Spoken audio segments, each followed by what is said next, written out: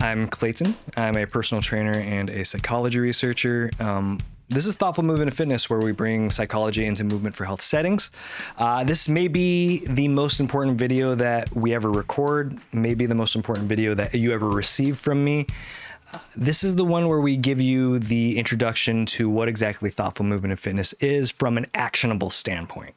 There are other videos that kind of talk about the philosophies and some of the ideas that we utilize within these movement for health settings, especially as it pertains to our own psychology. But this video is, like I said, is a little more actionable. This is the first core 4 compound muscle movements. And these compound muscle movements are conventional tools in fitness. They're pushes, pulls, squats, and deadlifts. But we're going to apply them, and we're going to learn to apply them, not with the traditional do 20 reps, do whatever, we're not usually assigning 20 reps, but we're not assigning reps at all in this case. In this particular case, what we're doing is we're practicing this thoughtful framework. And the reason why we teach framework, this thoughtful framework over programming for people is the goal is really to help people become independent. The goal is really to help you to understand the ins and outs of movement, at least as far as foundational resistance work goes in this video. It's worth noting that resistance work can become incredibly more complex and nuanced, or rather it can become incredibly more complex, and it almost always is nuanced in relation to each individual. That said, across the board, generally speaking, every single conventional or kind of newfangled fitness program or coach or philosophy will have some version of these core 4 compound muscle movements at the center of what they do. The reason why that's the case is because the core 4 compound muscle movements, the squats, the squats, deadlifts, pushes, and pulls. Presses are the same. Anyway, sorry, not to get too far in the weeds there.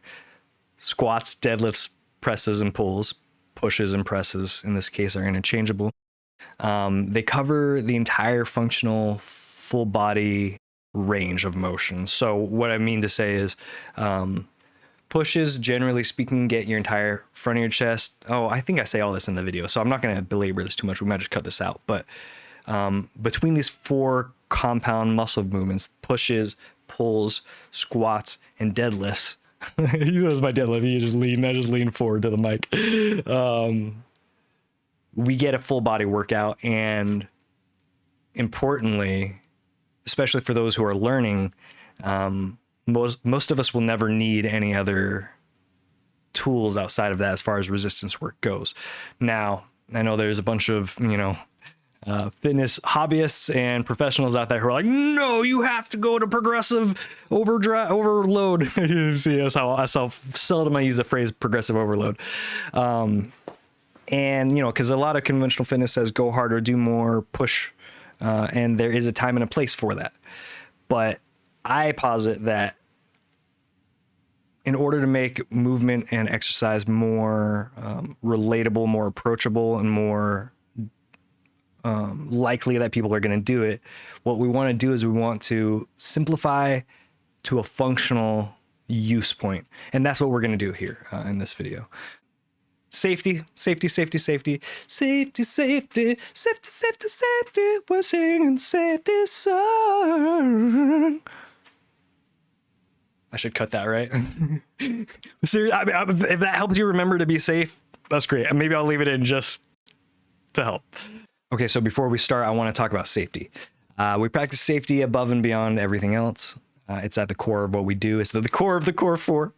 Stupid. But it really is an unalienable aspect of all this, okay? Traditional fitness tends to say push harder, go more, do more, and there's a reason for that, and there is a time and a place certainly for that. But I would argue that a lot of times people get in their own way by going too hard, and especially if going too hard results in injury. So what we do is we adhere to the idea of be done when you're done. So what that means is we start lifting or we start, moving around, and we don't say we're going to do 10 reps. We don't say we're going to do 20 reps, at least to begin with. What we say is we're just going to start moving around. We're going to see how it feels, and we're going to pay attention to our inner voice. And as soon as our inner voice starts to say, I don't really want to do this anymore, as soon as it's like, I could stop doing this, what we want to do is we want to adhere to that. We pause, we put down the weights very gently. If we're using weights, come out of the movement safely. But then we don't do it for at least long enough to figure out whether we need to adjust the technique, whether maybe fatigue is the culprit. Maybe you're fatigued and that's why it's not feeling great. Or maybe it's just wonky. Sometimes things are just wonky and we don't necessarily find the solution in kind of a concrete sense, but rather we just approach it again, try to reset and see how it feels. No matter what the situation is, point is as soon as you feel anything other than, yeah, I could do this, we want to stop. We want to stop the movement. The reason why is because beyond safety, is that we want to start to form a desirable association with behaviors, a desirable mental association. Basically what we want to do is we want to make exercise feel enjoyable and something we want to do and something that we get to do. But if you regularly practice moving and exercising until you're miserable because, you've been told to just go hard and, that's what exercise is and fitness is.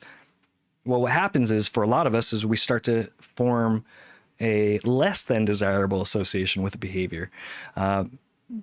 Meaning if we regularly exercise into the feeling of misery, then we're going to have a mental association with exercise, or rather we're going to feel like the exercise itself is miserable. And if we feel like the exercise and doing the exercise itself is miserable, then we're less likely to do it. And you can see how that creates its own cycle. And conversely, if we can turn it into something that we enjoy and we can stop doing the movement as soon as our brain says, I don't really feel like doing this anymore. And ideally, when we're still in the midst of an endorphin release, what happens is over time, first of all, what happens in that individual workout is if you end when you're feeling good, well, you're going to feel good. And if you do that repeatedly and regularly, over time, what happens is our brain starts to learn that this behavior, movement, exercise, whatever you want to call it, that is going to make our brains feel good. It's going to make our bodies feel good.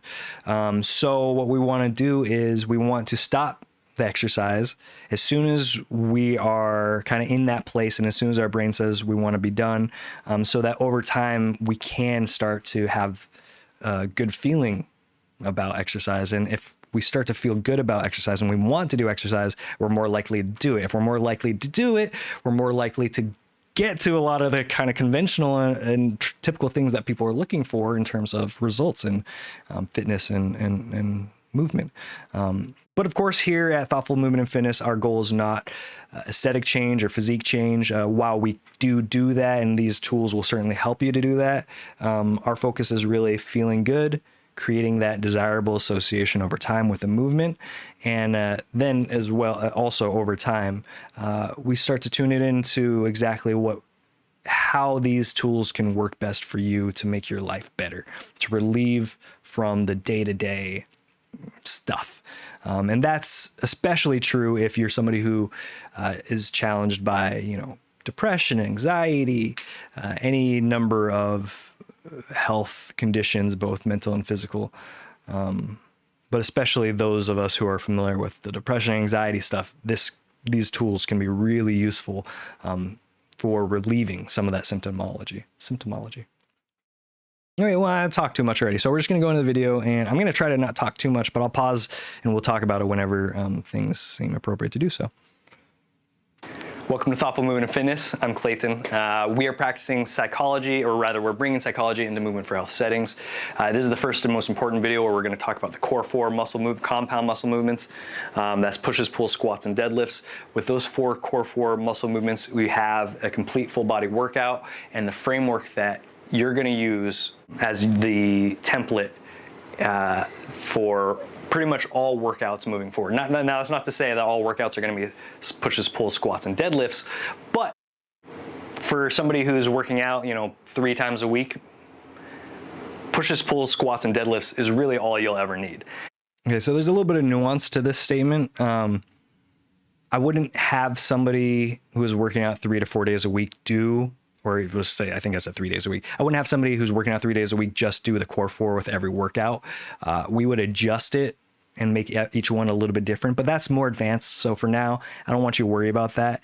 Especially if you're learning, I want you to just start moving and then repeat. And obviously, if you do choose to use these tools a lot, just make sure that you're adhering again to what we just talked about in terms of if you feel anything wonky, if you feel any discomfort, that you're not pushing that, okay? And you're letting your body rest and recover. And for most people, that's all they'll ever need their entire lives. That's because pushes work primarily the front of your upper body, pulls work primarily the back of your upper body, squats work primarily the front of your lower body, and deadlifts work primarily the back of your lower body. So from a functional standpoint, we get all the 4 main ways that we move our body through the world. And I guarantee you there's at least 300 or 400 or 500. There's probably not many people watching this, but there's going to be a whole handful of people watching this who are like, yeah, I don't like working out because it feels bad. I'm here talking to you, and I'm talking to everybody too, because there's lots of people who exercise and just take it for granted, take it as granted that we need to be miserable, and we don't need to be miserable. We certainly do want to break a sweat, so to say, so to speak. I guess that's not even so to speak. That's just a straight, literally, we want to break a sweat, but not necessarily every single time.